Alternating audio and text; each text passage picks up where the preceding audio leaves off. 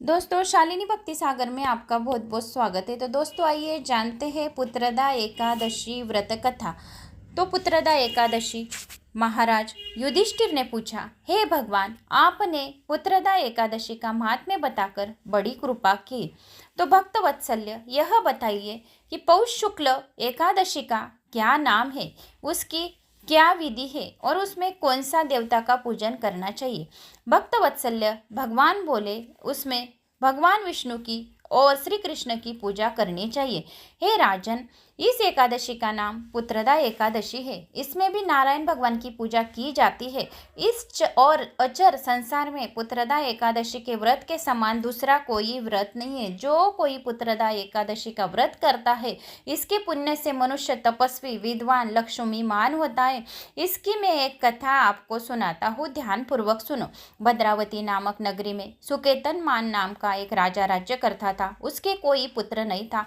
उसकी स्त्री का नाम शैव्या था। वह निपुत्री होने के कारण सदैव चिंतित रहती थी। राजा के पितर भी रो रो कर पिंड लिया करते थे और सोचा करते थे कि इसके बाद हमको कौन पिंड देगा। राजा को भाई, बांधव, धन, हाथी, घोड़े, राज्य और मंत्री, इन सब समय सबसे किसी से भी संतोष नहीं होता था। वह सदैव यह विचार करता था कि मेरे मरने के बाद मुझको कौन पिंडदान करेगा। बिना पुत्र के पितरों और देवताओं को ऋण में कैसे चुका सकूंगा। जिस घर में पुत्र न हो, उस घर में सदैव अंधेरा ही रहता है। इसीलिए पुत्र उत्पत्ति के लिए प्रयत्न करना चाहिए। पुत्रदा एकादशी का, जो कोई पुत्रदा एकादशी का व्रत करता है, उन पुत्रों को दीर्घायुष्य की प्राप्ति होती, धन धान्य की प्राप्ति होती, पितर उनके खुश रहते हैं। जिस मनुष्य ने पुत्र का मुख देखा है, वह धन्य रहता है। उसको इस लोक में यश और परलोक में शांति मिलती है, अर्थात उनके दोनों लोक सुधर जाते हैं। पूर्व जन्म के कर्म से ही इस जन्म में पुत्र, धन आदि प्राप्त होते। राजा इसी प्रकार रात दिन चिंता में लगा रहता था। एक समय तो राजा ने अपने शरीर को त्याग देने का निश्चय किया, परंतु आत्मघात को महान पाप समझकर उसने ऐसा नहीं किया। एक दिन राजा ऐसा ही विचार करता हुआ अपने घोड़े पर चढ़कर वन को चला गया तथा पक्षियों और वृक्षों को देखने लगा। उसने देखा कि वन में मृग, व्याघ्र, सुअर, सिंह, बंदर, सर्प आदि सब भ्रमण कर रहे थे। हाथी अपने बच्चों और हथनियों के बीच घूम रहा है। इस वन में कहीं तो गिद्दड़ अपने कर्कश स्वर में बोल रहे हैं, कहीं उल्लू ध्वनि कर रहे हैं। वन के दृश्यों को देखकर राजा सोच विचार में लग गया।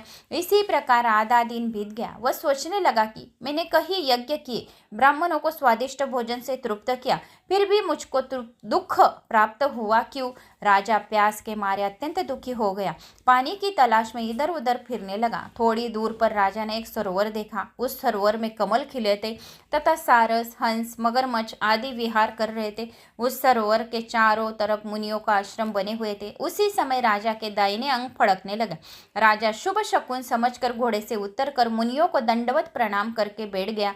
राजा को देखकर मुनियों ने कहा, हे राजन, हम तुमसे अत्यंत प्रसन्न हैं। तुम्हारी क्या इच्छा है सो कहो। राजा ने पूछा, महाराज, आप कौन हैं और किस लिए यहाँ आए हैं, कृपा करके बताइए। मुनि ने कहने पर, ये राजन, आज संतान देने वाली पुत्रदा एकादशी है। हम लोग विश्वदेव है, इस सरोवर में स्नान करने के लिए आए हैं। यह सुनकर राजा कहने लगा कि महाराज, मेरी भी कोई संतान नहीं है। यदि आप मुझ पर प्रसन्न है तो एक पुत्र का वरदान दीजिए। मुनि बोले, हे राजन, आज पुत्रदा एकादशी, आप अवश्य ही इसका व्रत करें। भगवान की कृपा से अवश्य ही आपके घर में पुत्र होगा। मुनि के वचनों को सुनकर राजा ने उसी दिन एकादशी का व्रत किया और द्वादशी को उसका पारण किया। इसके पश्चात मुनियों को प्रणाम करके महल में वापस आ गया। कुछ समय बीतने के बाद रानी ने गर्भ धारण किया और 9 महीने के पश्चात उनके एक पुत्र हुआ। वह राजकुमार अत्यंत शूरवीर, यशस्वी और प्रजापालक हुआ। श्री कृष्ण बोले, हे राजन, पुत्र की प्राप्ति के लिए पुत्रदा एकादशी का व्रत करना चाहिए। जो मनुष्य इस महात्म्य को पढ़ता है, सुनता है, उसे स्वर्ग की प्राप्ति होती है।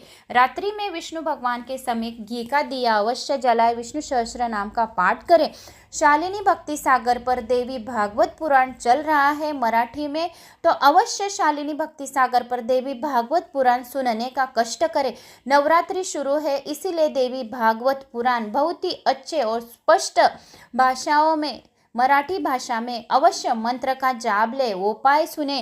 कौन सा मंत्र जाप करना चाहिए अपने बच्चों के प्रमोशन के लिए, व्यापार के लिए, कौन सी भी इच्छा के लिए देवी भागवत पुराण क्यों पढ़ना चाहिए, कितनी संख्याओं का है और सर्वप्रथम सबसे अधिक सर्वश्रेष्ठ देवी भागवत पुराण क्यों है, सभी व्रत कथाएं उसमें अवश्य है। तो शालिनी भक्ति सागर यह मेरा चैनल है, तो अवश्य शालिनी भक्ति सागर चैनल को सर्च करें और देवी भागवत पुराण का लाभ लें। लाइक सब्सक्राइब शेयर करना न भूलें। कमेंट्स में ज़रूर बताइए कि आपको मेरा यह वीडियो कैसे लगा या आपको कौन सा वीडियो चाहिए, यह कमेंट्स करके बता सकते हैं।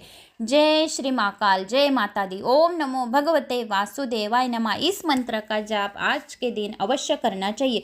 पीपल के वृक्ष के नीचे घी का दिया जलाए और ओम नमो भगवते वासुदेवाय नमः। तुलसी के पास दिया जलाए, ओम नमो भगवते वासुदेवाय नमः। शिव मंदिर में दिया जलाए, ओम नमो भगवते वासुदेवाय नमः।